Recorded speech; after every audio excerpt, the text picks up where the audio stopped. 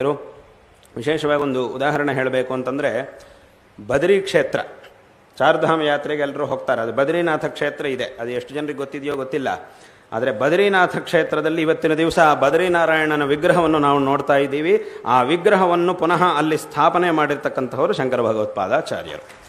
ಅವರು ತಮ್ಮ ಯಾತ್ರೆ ಸಂದರ್ಭದಲ್ಲಿ ಬದ್ರಿ ಕ್ಷೇತ್ರಕ್ಕೆ ಹೋದಾಗ ಅಲ್ಲಿ ಬದ್ರಿನಾರಾಯಣನ ವಿಗ್ರಹವೇ ಇರಲಿಲ್ಲ. ದೇವಸ್ಥಾನ ಖಾಲಿಯಾಗಿತ್ತು.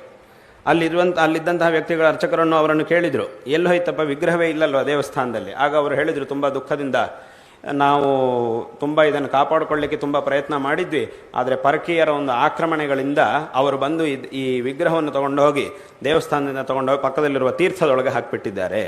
ಅದರೊಳಗೆ ಇಳಿದು ಅದನ್ನು ತೆಗಿಯೋಕ್ಕೆ ನಮಗೆ ಯಾರಿಗೂ ಸಾಧ್ಯವಿಲ್ಲ, ಅಷ್ಟು ಆಳವಾಗಿದೆ. ಮತ್ತು ಅಲ್ಲಿರುವಂಥ ಈ ವಾತಾವರಣ, ಈ ಚಳಿ ವಾತಾವರಣ, ಆ ನೀರೊಳಗೆ ಇಳಿಲಿಕ್ಕಾಗುವುದಿಲ್ಲ. ಈಗಲೂ ಸಹ ಅಲ್ಲಿ ಬದರಿಗೆ ಹೋಗೋ ಒಂದು ನಿಮಿಷವೂ ಬೇಡ, ಸ್ವಲ್ಪ ಒಂದು ಸಲ ನೀರೊಳಗೆ, ಆ ನದಿಯಲ್ಲಿ ಒಳಗೆ ಕೈಯನ್ನು ಮುಳುಗಿಸಿ ಮತ್ತೆ ತೆಗೆದರೆ ಒಂದು 5 ನಿಮಿಷ ಕೈ ಕೆಲಸ ಮಾಡುವುದಿಲ್ಲ, ಅಷ್ಟೊಂದು ತಣ್ಣಗಿರುತ್ತೆ ವಾತಾವರಣ.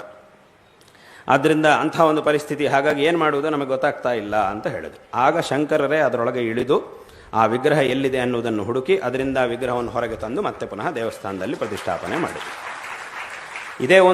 ಈ ಒಂದು ವಿಷಯವನ್ನೇ ಪುರಾಣವೂ ಸಹ ಹೇಳ್ತಾ ಇದೆ. ಪುರಾಣದಲ್ಲಿ ಒಂದು ಕಡೆ ಈಶ್ವರನ ಸಂವಾದದಲ್ಲಿ, ಆ ಸ್ಕಾಂದ ಪುರಾಣದಲ್ಲಿ ಬದರಿ ಮಹಾತ್ಮ್ಯ ಅಂತಿದೆ.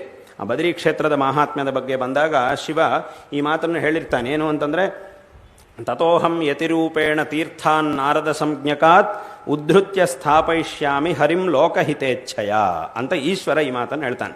ನಾನು ಯತಿಯ ರೂಪದಲ್ಲಿ, ಅಂದರೆ ಶಂಕರರ ರೂಪದಲ್ಲಿ ನಾನು ಅಲ್ಲಿಗೆ ಬಂದು, ಆ ಬದರಿ ಕ್ಷೇತ್ರಕ್ಕೆ ಬಂದು ಅಲ್ಲಿರ್ತಕ್ಕಂತಹ ಭಗವಂತನ ಮೂರ್ತಿಯನ್ನು ಆ ನಾರದ ತೀರ್ಥದಿಂದ ಎತ್ತಿ ದೇವಸ್ಥಾನದಲ್ಲಿ ಸ್ಥಾಪನೆಯನ್ನು ಮಾಡ್ತೀನಿ. ಹಾಗಾಗಿ ಇವತ್ತಿಗೂ ಸಹ ನಾವಲ್ಲಿ ಆ ಬದ್ರಿನಾರಾಯಣನ ದೇವಸ್ಥಾನದಲ್ಲಿ ಶಂಕರಾಚಾರ್ಯರ ಮೂರ್ತಿಯನ್ನು ನಾವು ನೋಡಲಿಕ್ಕೆ ಸಾಧ್ಯವಾಗುತ್ತೆ. ಅಲ್ಲೂ ಸಹ ಶಂಕರರ ಮೂರ್ತಿ ಇದೆ. ಈ ರೀತಿಯಾದಂತಹ ಅನೇಕ ವಿಧವಾದ ಕೆಲಸಗಳನ್ನು ಅವರು ಯಾತ್ರಾ ಕಾಲದಲ್ಲಿ ಶಂಕರ ಭಗವತ್ಪಾದಾಚಾರ್ಯರು ಮಾಡಿದ್ದಾರೆ.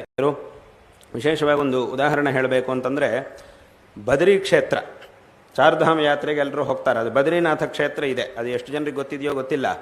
ಆದರೆ ಬದ್ರಿನಾಥ ಕ್ಷೇತ್ರದಲ್ಲಿ ಇವತ್ತಿನ ದಿವಸ ಆ ಬದ್ರಿನಾರಾಯಣನ ವಿಗ್ರಹವನ್ನು ನಾವು ನೋಡ್ತಾ ಇದ್ದೀವಿ. ಆ ವಿಗ್ರಹವನ್ನು ಪುನಃ ಅಲ್ಲಿ ಸ್ಥಾಪನೆ ಮಾಡಿರ್ತಕ್ಕಂಥವರು ಶಂಕರ ಭಗವತ್ಪಾದಾಚಾರ್ಯರು. ಅವರು ತಮ್ಮ ಯಾತ್ರೆ ಸಂದರ್ಭದಲ್ಲಿ ಬದರಿ ಕ್ಷೇತ್ರಕ್ಕೆ ಹೋದಾಗ ಅಲ್ಲಿ ಬದ್ರಿನಾರಾಯಣನ ವಿಗ್ರಹವೇ ಇರಲಿಲ್ಲ. ದೇವಸ್ಥಾನ ಖಾಲಿಯಾಗಿತ್ತು.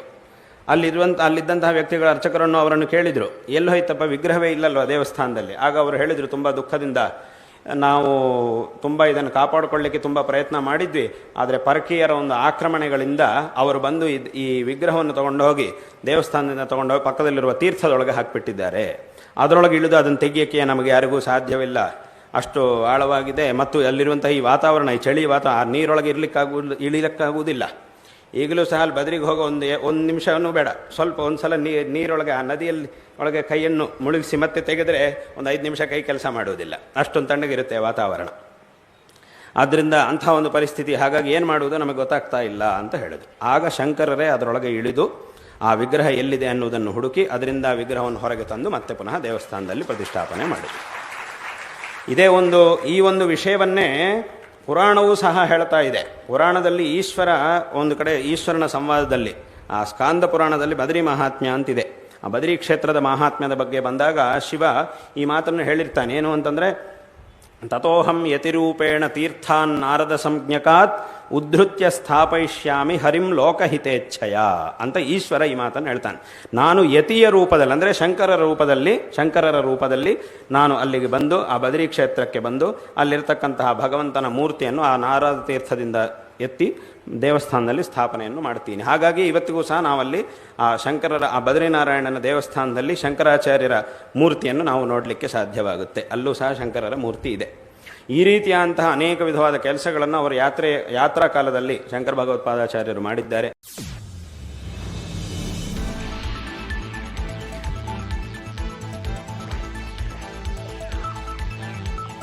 ಪ್ರಜಾವಾರ್ತೆ, ಇದು ಕನ್ನಡಿಗರ ವಾರ್ತೆ.